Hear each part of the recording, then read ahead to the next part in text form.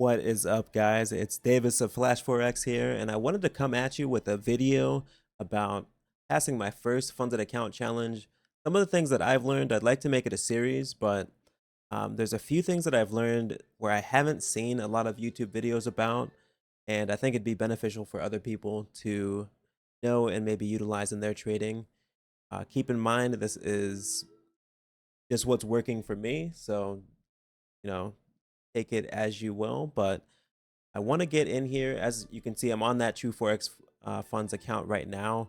You can see this is phase 2 passed, and I want to kind of show you guys in a series, like I said, what has worked for me and what I've learned that has improved my trading.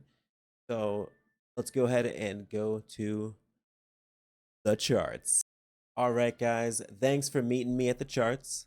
So we're first, we're going to go through 2 trades. And like I said, this series, I'm going over what's worked for me as I've passed that funded account challenge and how I've improved my trading.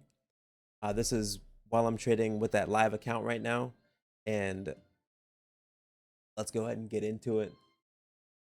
All right. And firstly, I'm just going to get rid of all the extra. This is just some, like, this is just, these colors are kind of just showing the session. I'll just get rid of this here.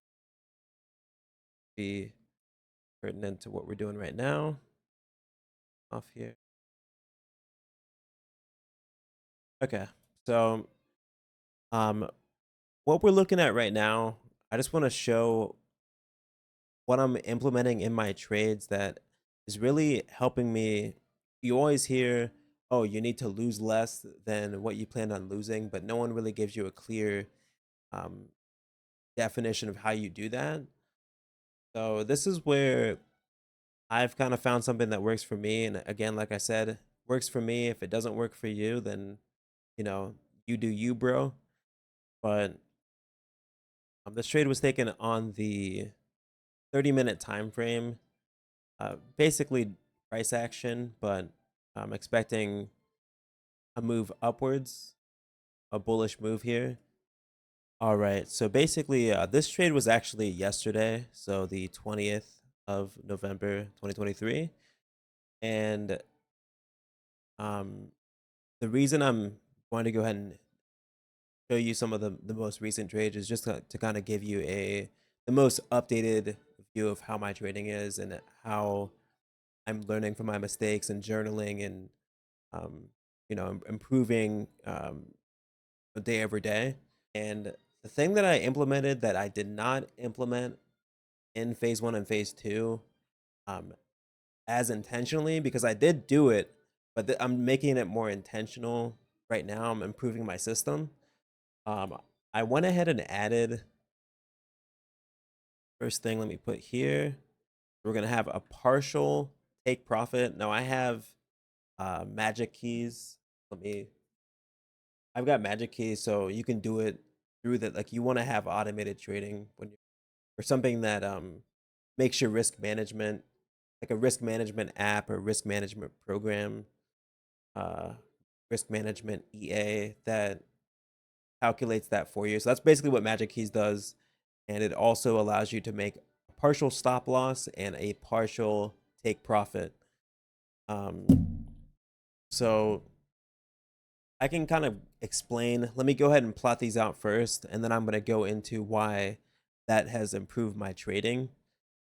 Let's go ahead and so my first take profit on my trade. This is a uh, like it's about a 2.15 RR trade, but my first take profit when I start these challenges, I want to get to 3% before I up my RR from 1 to 1, but I'm still taking trades that are at least over 1.25 to 1.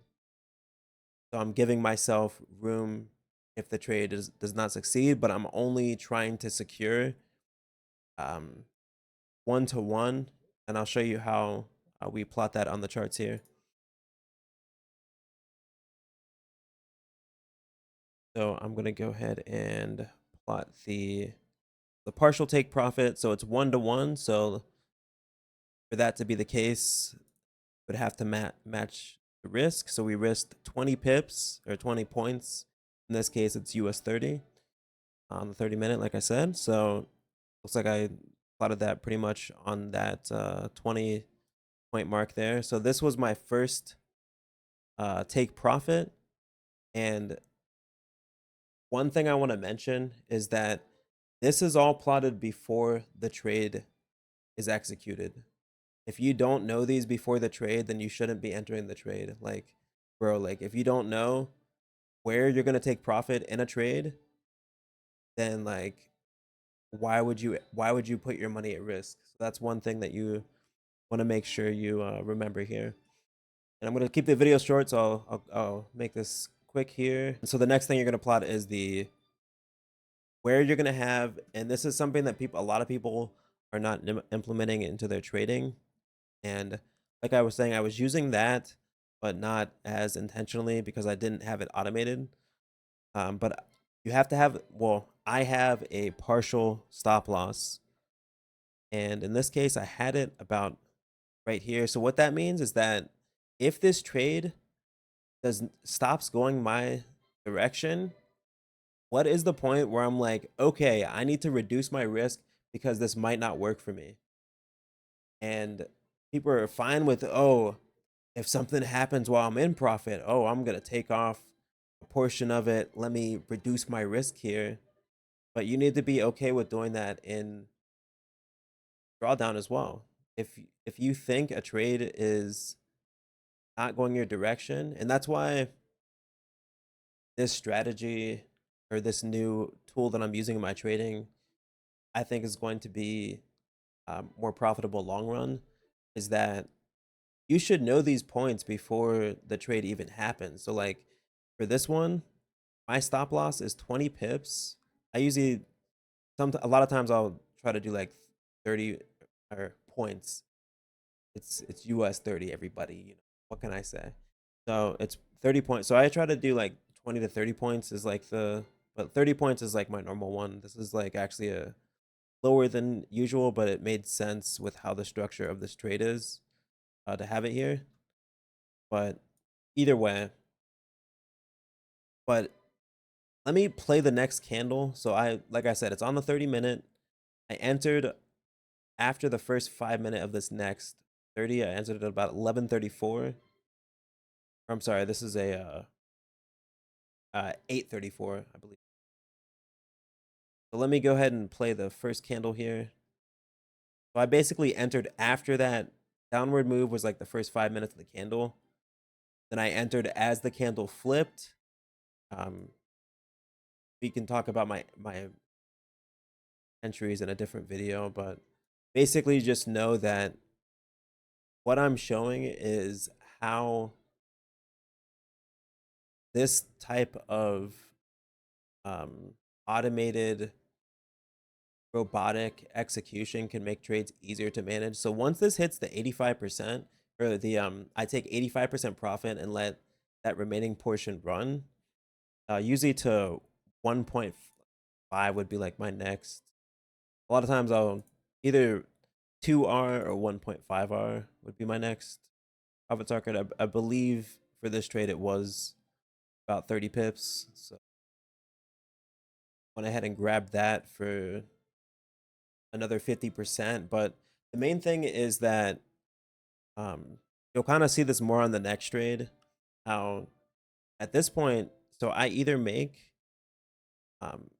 0.85% and that runner goes to break even, because at 1-to-1, I'm always going to be setting to break even. So once it's up here, once it clips that 85% and I close that trade, that's set to break even, done deal. It either basically is a winner or break even. We're not letting it go back down after it gets to the 1-to-1 mark with how I trade. So it hits that. And at this point, the runner is still break even. I don't trail or anything. Let's continue the station. And this was the 9:30 candle. So I'm gonna have to go down to kind of show you what happened in the while I was in the trade. So this is where I entered. I'm just gonna move it to the 15-minute time frame, just so you can see, because it didn't just go to the. It actually went all the way up here, so all the way to my actual take profit. So I took some here, and I cut the trade here. Um, then this is when this is 9:30. I always try to be out of trades before, usually, you know, before 9:15 ish, because once 9:30 happens, that's when that volatility comes in for a US 30. So that's what I always try to avoid. I either take trades before that or after that, basically. But either way, that volatility hit. I was already at the trade. Like I said, we're break even. It did continue. So if my trading style was different and maybe I don't set the break even, I mean, my stop loss was down here, but that's not how I trade. Again, I'm just trying to take a piece of the market. But and if you held here, that you'd have a lot of upside. But so that's not really how I trade. So that's kind of the first trade. That is where you implement the partial. So for this trade, I made about one. It was like 1.11. Yeah, 1.11 R. Then let me go ahead and show you the next trade here. Now we do have the link down below for the magic key. But no, for real, you do want to have some type of risk management. EA software, something that's physical like this. They have a virtual version as well, but as far as trying to calculate lot sizes in your head, waste of brain power, I'll tell you right now. That's a freebie right there. Definitely get something. But yeah, link down below. Let me get back into this. All right, so let me go ahead and pull up the second trade here. And this is kind of where the strategy, or I guess we'll just call it a new tool that I've added to my trading, has I think helped me out. So let's plot the same thing that we plotted the first time. So I have the partial take profit 85% till the 30-minute time frame, US 30. And this was on November 16th, so that would have been last Thursday. We'll plot out the partial stop loss, and these are logical stop losses. So it doesn't always, the main thing about how I implement this is that the main thing that I'm trying to do is lose. So I risk 1% every trade. My goal for every trade is to lose less than 1% for every trade. So even if I lose a point less, that's still losing less than 1%. That's one thing that I think has helped my trading, because it makes winning a lot easier. Then you don't have to make, you don't even have to make 1% to be profitable on your next trade. To get, back what you lost, because your win is going to be, if your strategy is at least 50%, um, you're gonna have success by limiting how much you're losing. All right, so in this case, the partial stop loss would have been if the candle, got above that 1 hour, but I still had a little bit of room before my full stop loss would have been hit. So I would have saved myself like 5 pips, which again, my goal is to lose less than 1%. So even that 5 pips, you're still giving yourself a better opportunity to recover from the loss, and it might not go that far. So you could still be in the trade, but you might just have less size, so you can let it hit this and still have profit, or it's full stop and you still lose less. So it's, for me, it's been working out because I don't have to manually have like do this every trade. It's just a one and done. It's basically set and forget to an extent until I have my runners. I kind of just like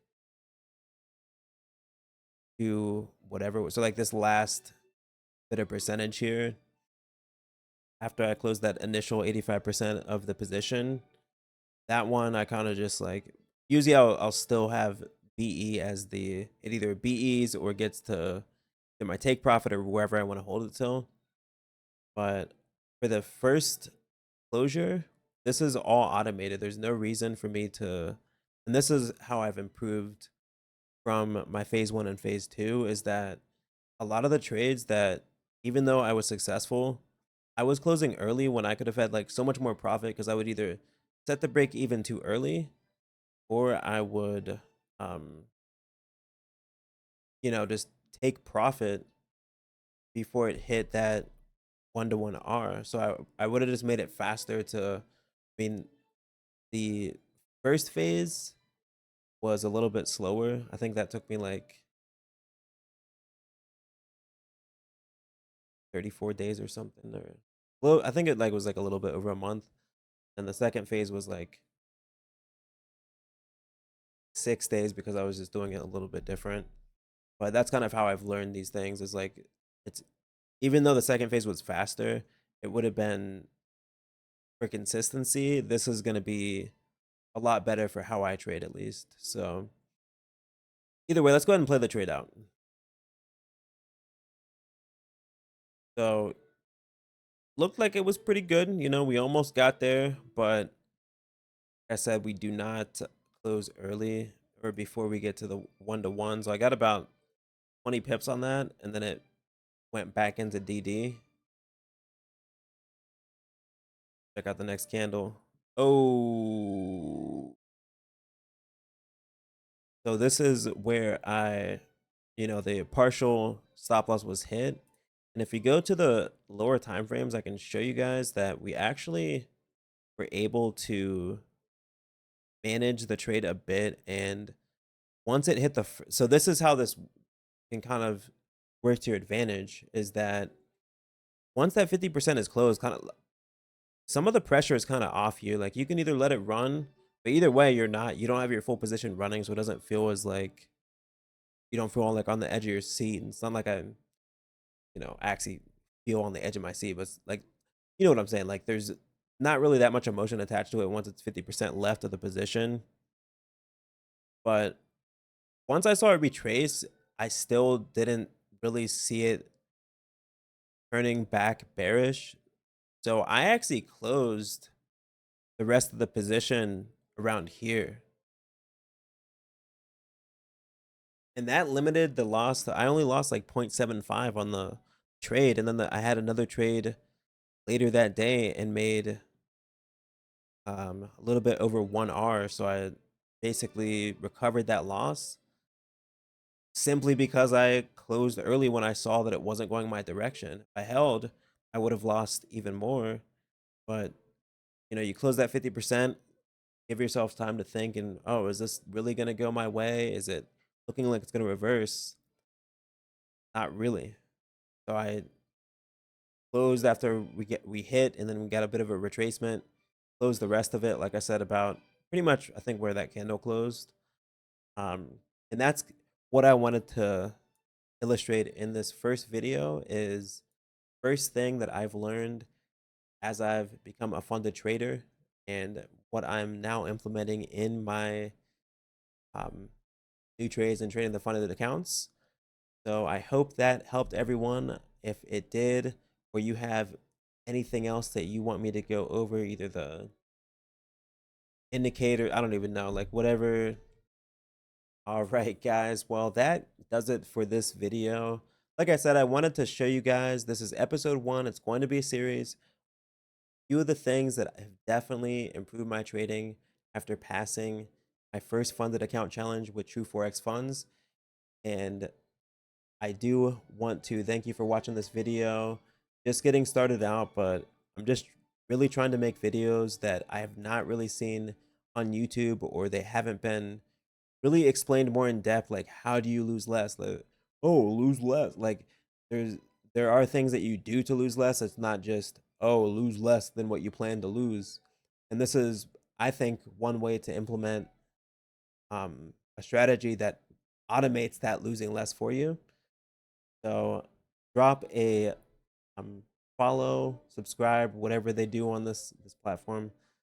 So if you like the video, please give it a thumbs up. If you have anything else you want me to do, video on how I passed, you want me to do a video on how I'm planning on scaling my funding, drop a comment to let me know. But thanks again for watching, and we will be back with episode 2 of this series. You guys have a good one now here.